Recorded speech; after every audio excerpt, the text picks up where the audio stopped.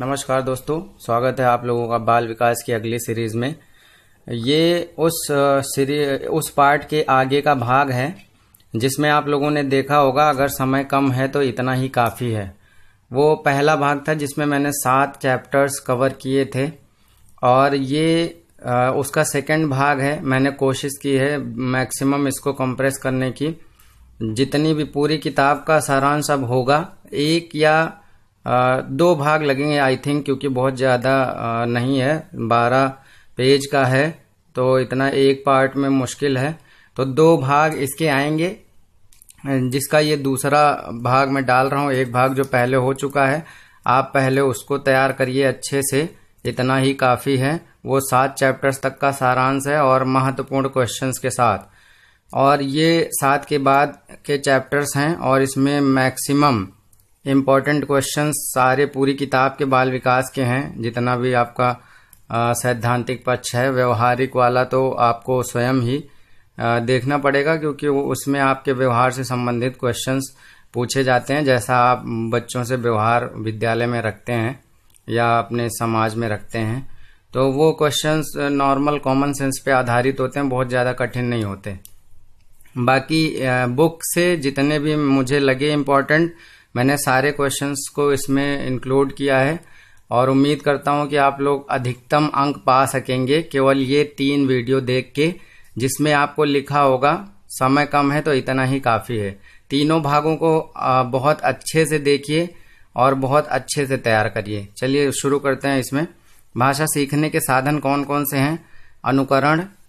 अनुकरण के माध्यम से, किसी को फॉलो करके बच्चा दूसरों को देखकर ही, उनकी आवाज़ें सुनकर ही, उनकी बातें सुनकर ही भाषा सीखता है। दूसरा खेल के माध्यम से, तीसरा कहानी सुनकर, चौथा वार्तालाप और बातचीत से, और अंतिम है प्रश्नोत्तर। तो ये इतने साधन हैं जिनके माध्यम से भाषा सीखी जाती है। विकास की अवस्थाओं में भाषा विकास की अवस्थाएं: शैशवावस्था, प्रथम 3 या 4 वर्षों तक आत्म केंद्रित शब्दों का उच्चारण। आत्म केंद्रित का मतलब है उसे केवल अपनी जरूरतों से मतलब होता है। अगर उसे भूख लगेगी तभी वो किसी को याद करेगा या किसी को बुलाएगा। अगर उसे किसी चीज की जरूरत नहीं पड़ेगी तो वो अपने में ही मगन रहेगा। ये शैशवावस्था है, प्रथम 3 या 4 वर्षों तक। सामान्य स्थितियों में 4 वर्ष के बालक के पास करीब 1600 शब्दों का संग्रह हो जाता है। ये सामान्य स्थितियों में है। 4 वर्ष के बालक के पास 1600 शब्दों का संग्रह, 4.5 वर्ष में 1900 शब्दों का संग्रह, 5 वर्ष में 2100 शब्दों का संग्रह। कक्षा 6 के छात्र यानी करीब 12 साल का जो बच्चा होगा वो 50,000 शब्दों का कलेक्शन कर चुका होता है। और हाई स्कूल का जो छात्र है उसके पास करीब 80,000 शब्दों का संकलन हो जाता है। किशोरावस्था, साहित्य पढ़ने की रुचि। कुछ खासियतें हैं भाषा से जुड़ी हुई कि किशोरावस्था में भाषा विकास कैसा होता है। तो यहाँ पर 13 से 18 या 13 से 18 साल तक की बात हो रही है। साहित्य पढ़ने की रुचि होती है। गुप्त भाषा का विकास होता है। बहुत सी बातें बच्चे प्राइवेट रखना चाहते हैं तो वो ऐसी भाषा सीख लेते हैं जिसका मतलब वो जिससे कहना चाह रहे हैं वही समझता है और दूसरा कुछ नहीं समझता। और पूर्व किशोरावस्था 13 से 17 साल, इस एज में बच्चा भाषा के प्रयोग के बारे में अधिकतर ज्ञान प्राप्त कर चुका होता है। भाषा प्रयोग का जो अधिकतम ज्ञान है वो 13 से 17 साल के बीच में बच्चा प्राप्त कर लेता है। उच्च सामाजिक और आर्थिक स्थिति वाले परिवारों के बालकों के शब्द चयन का विकास निम्न सामाजिक और आर्थिक स्थिति वाले परिवारों के बालकों की अपेक्षा बेहतर होता है। और यहाँ पे कुछ फैक्चुअल इन्फॉर्मेशन है। 70 से कम बुद्धि लब्धि वाले बालकों का सामान्य विद्यालय में सुधार नहीं किया जा सकता। 70 से नीचे आपको पता होगा मंद बुद्धि वाले छात्र होते हैं, जड़ बुद्धि वाले, मंद बुद्धि से भी नीचे। तो सामान्य विद्यालयों में उनमें कोई सुधार नहीं किया जा सकता। भाषा का स्वरूप भौतिक होता है। निज भाषा उन्नति आहे, सब उन्नति को मूल, बिन निज भाषा ज्ञान के मिटत न हिय को शूल। तो ये भारतेंदु हरिश्चंद्र की लाइन है, आपके हिंदी में भी काम आ सकती है, याद रखिएगा। भाषा विकास से संबंधित था इसलिए मैंने यहाँ पे लिख दिया इसको। बाल्यावस्था को मिथ्या परिपक्वता का काल भी कहा जाता है।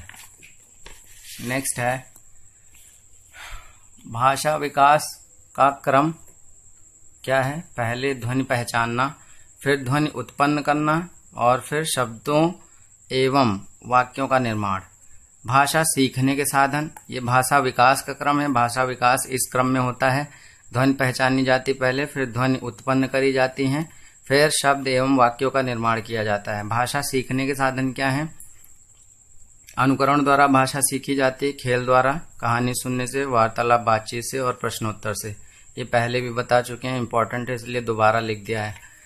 स्टैनफोर्ड बिने मापदंड द्वारा प्रतिपादित प्रतिमानों के अनुसार किशोर का शब्द चयन विस्तार, ये स्टैनफोर्ड बिने मापदंड द्वारा निर्धारित है। इसके पहले जो शब्दों का संग्रह था वो सामान्य था, सामान्य रूप में उस तरह से होता है, लेकिन स्टैनफोर्ड बिने मापदंड द्वारा जो प्रतिमान निर्धारित किए गए हैं कि किशोर का शब्द चयन विस्तार इस क्रम में बढ़ता है। तो शब्दों का चयन 14 वर्ष की आयु में बालक 9000 शब्दों का चयन करता है, 16 वर्ष की आयु में करीब 11700 शब्दों का चयन विस्तार करता है और 18 वर्ष की आयु में 13500 शब्दों का विस्तार शब्द चयन विस्तार करता है।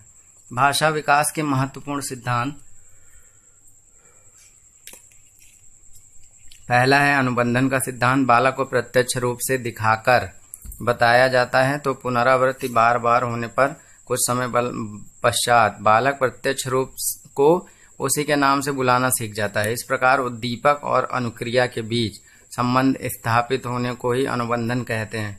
इसका मतलब ये है जैसे उसको बचपन में पापा की शक्ल को दिखाकर ही बोला जाता है, बोलो बेटा पापा, तो ये चीजों को दिखाकर प्रत्यक्ष रूप से दिखाकर उनको नाम सिखाया जाता है और कुछ टाइम बाद वो सीख जाते हैं तो वो वैसा बोलते भी हैं। तो उद्दीपक यहाँ पे उसके लिए पापा हुए जो उसको उकसाने का काम करते हैं, और वो जो अनुक्रिया करता है पापा बोलने की, तो इनके बीच में जो संबंध स्थापित होता है इसी को अनुबंधन कहा जाता है। स्किनर के अनुसार अनुबंधन द्वारा भाषा विकास की प्रक्रिया को सरल बनाया जा सकता है। तो कथन में ये वाक्य आ सकता है कि स्किनर द्वारा अनुबंधन, स्किनर के अनुसार अनुबंधन द्वारा भाषा विकास की प्रक्रिया को सरल बनाया जा सकता है। अगला है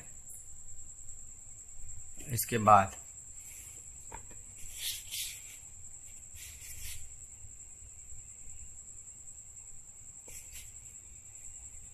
बाद है भाषा अर्जित करने का सिद्धांत। ये चौमस्की ने सिद्धांत दिया है भाषा अर्जित करने का सिद्धांत, तो हो सकता है फैक्चुअल इंफॉर्मेशन में पूछा जाए। और कुछ मातृभाषा से संबंधित हैं फैक्ट्स। मातृभाषा को शिक्षा और संप्रेषण दोनों के संदर्भ में सर्वश्रेष्ठ माध्यम माना जाता है। मानवीय अभिव्यक्ति के लिए शिक्षा और संप्रेषण दोनों के संदर्भ में सर्वश्रेष्ठ माध्यम माना जाता है मातृभाषा को। मानवीय अभिव्यक्ति के लिए सरलतम भाषा मातृभाषा। मातृभाषा को शिक्षा और संप्रेषण दोनों के संदर्भ में सर्वश्रेष्ठ माना जाता है। मातृभाषा के तत्व कौन कौन से हैं? ध्वनियाँ, शब्द, वाक्य रचना, ये मातृभाषा के तत्व हैं। इसके बाद मानव के मानसिक विकास के लिए मातृभाषा उतनी ही आवश्यक है जितना उसके शारीरिक विकास के लिए माँ का दूध। ये महात्मा गांधी ने सेंटेंस कहा है और ये मोस्ट इम्पॉर्टेंट है, आ सकता है क्योंकि इंडियन है, अपने यहाँ फेमस है महात्मा गांधी जी, इन्होंने कुछ कहा है तो इम्पोर्टेंट ही होगा। इसके बाद चिंतन की मानसिक प्रक्रिया में शामिल मुख्य तत्व स्मृति, कल्पना और अनुमान, ये चिंतन की मानसिक प्रक्रिया में शामिल होते हैं।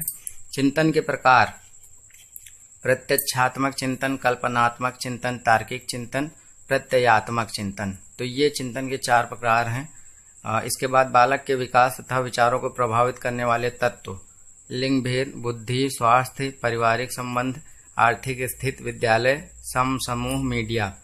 तो यहाँ इसमें बहुत ज़्यादा इम्पोर्टेंट चीज़ें नहीं हैं, फिर भी आप इसको 2-3 बार जरूर पढ़ लेना क्योंकि स्टेटमेंट ही पूछा जा सकता है और इसमें कुछ चीज़ें पूछी जा सकती हैं। जैसे ये 3 चीज़ें हैं तो 3 वाले ऑप्शन खतरनाक होते हैं, इनको जरूर तैयार करिएगा।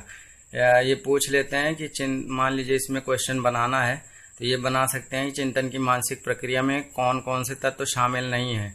तो कौन कौन से तत्व शामिल हैं? स्मृति, कल्पना, अनुमान शामिल है। एक ऑप्शन कुछ और रख देंगे तो यहां से उनका क्वेश्चन अच्छा सा बन जाएगा। इसके बाद भाषा अर्जित संपत्ति होती है। इसके बाद का अगला सेंटेंस है भाषा अर्जित संपत्ति होती है। अगर पूछा जाए भाषा कैसी संपत्ति होती है तो अर्जित संपत्ति होती है।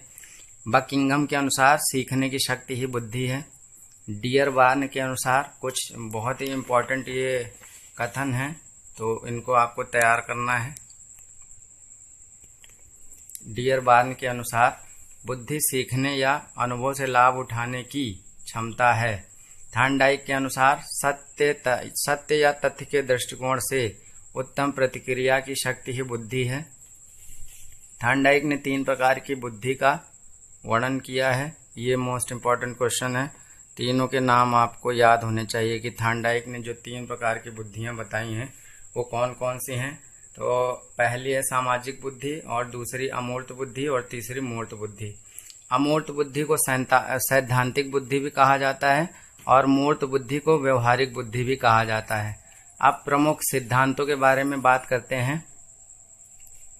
तो पहला सिद्धांत है अल्फ्रेड बिने का एक कारक सिद्धांत या एक तत्व सिद्धांत। ये जितने भी सिद्धांत हैं आपको एकदम रट लेने हैं क्योंकि महत्वपूर्ण है। इसमें से 1 या 2 सिद्धांत आने पक्का है। और इसको अल्फ्रेड बिने के एक कारक सिद्धांत को ही निरंकुशवादी सिद्धांत कहते हैं।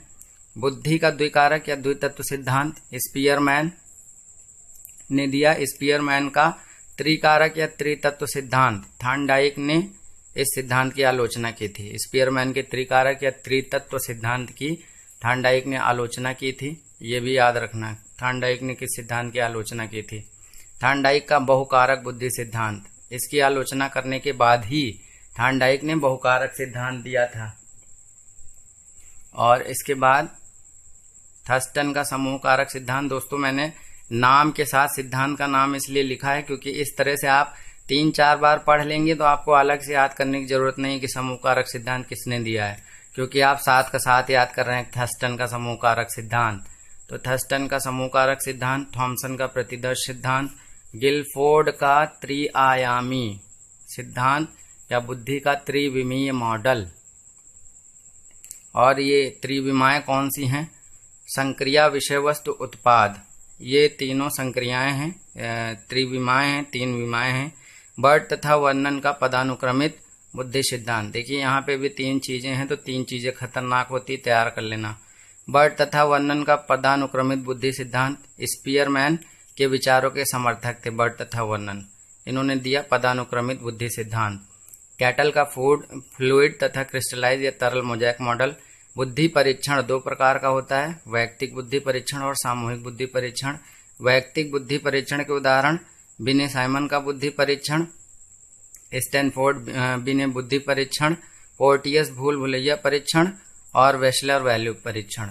तो इस भाग में इतना है और इसके आगे भाग में भी आप लोग देखिएगा और तैयार करते रहिए। धन्यवाद।